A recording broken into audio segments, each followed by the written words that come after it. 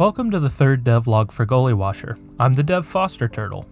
Gullywasher is a story-driven Metroidvania centered around a sparrow named Finch and her quest to uncover the secrets of her new home, the rain-soaked forest floors of Arava. So far, I've settled into an art style, implemented the core movement mechanics for the player, and built out a dialogue system to convey the story for the game. For the next step of the design, I needed to start implementing challenges for the player. For a lot of games, the joy of playing them comes from the small goals you set, attempt, and eventually overcome. Without obstacles, games would cease to be an interesting activity and would not hold our attention for long. I feel this is especially true of the Metroidvania genre, which relies heavily on the player trying things themselves and seeing what works and what doesn't. For Gullywasher, I began by implementing spikes, a staple of almost all Metroidvanias. If you dig into this genre, you can guarantee an encounter with this hazard.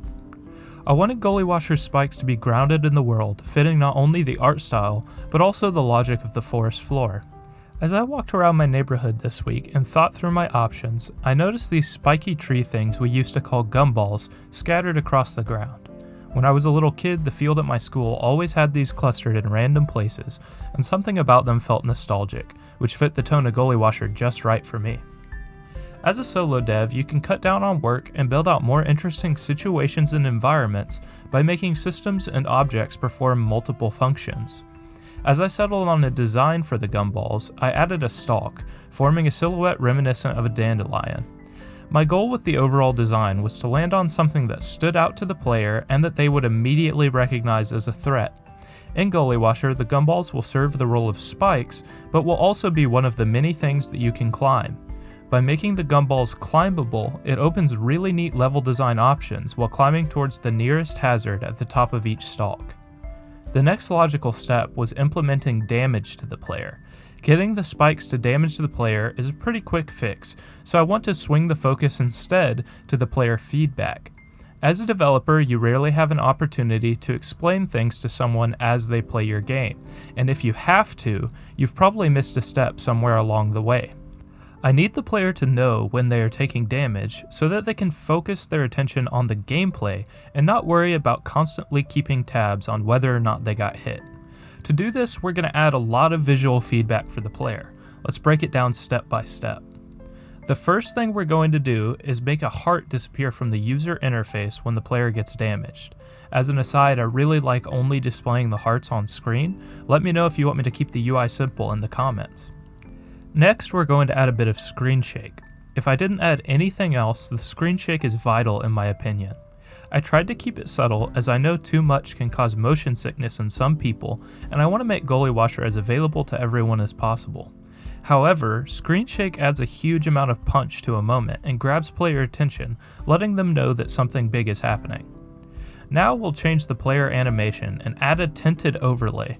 Changing both the look and color of the sprite will help identify that something important is happening. Now we'll add some unique effects work so that the player is sure to notice what is happening. We'll add a big effect at Finch's location and a smaller one around the heart that is getting destroyed.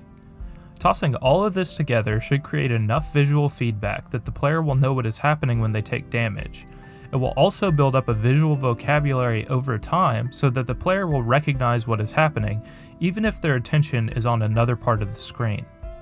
Finally, to make sure that the player doesn't burn through all of their hearts without realizing it, we're going to implement a bit of extra visual feedback when the player only has one heart left. Now the player should have every opportunity to realize what is happening without being shortchanged by a lack of visual feedback.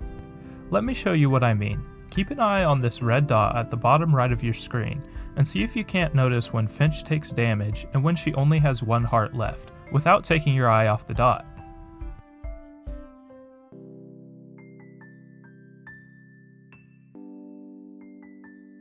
Hopefully you were able to spot it. Let me know if I was able to pull it off.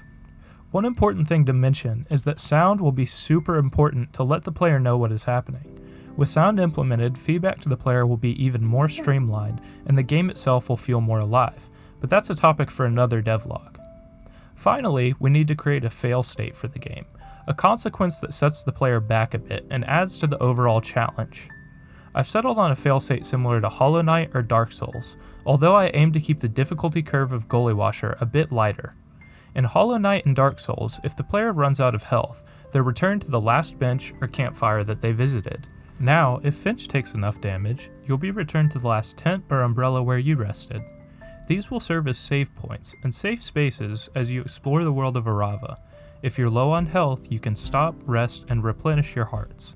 I want these locations to be organic moments that give the player some breathing room and give them confidence for the next step of their journey.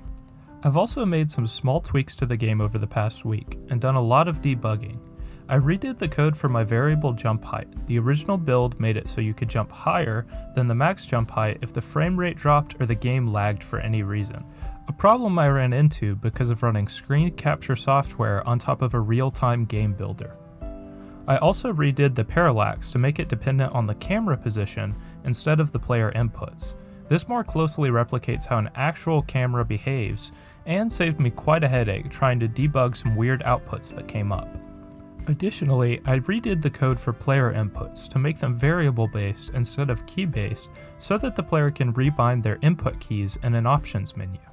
I love being able to rearrange key layouts in games to fit my playstyle, so I definitely wanted to make that an option for you when the game becomes available. I've been working on some extra stuff behind the scenes too, but more to come on that next devlog. Let me know what you think of the progress, and particularly the visual feedback to the player. Thank you so much for watching. As always, stay positive, keep creating, and be sure to share your gifts with the world.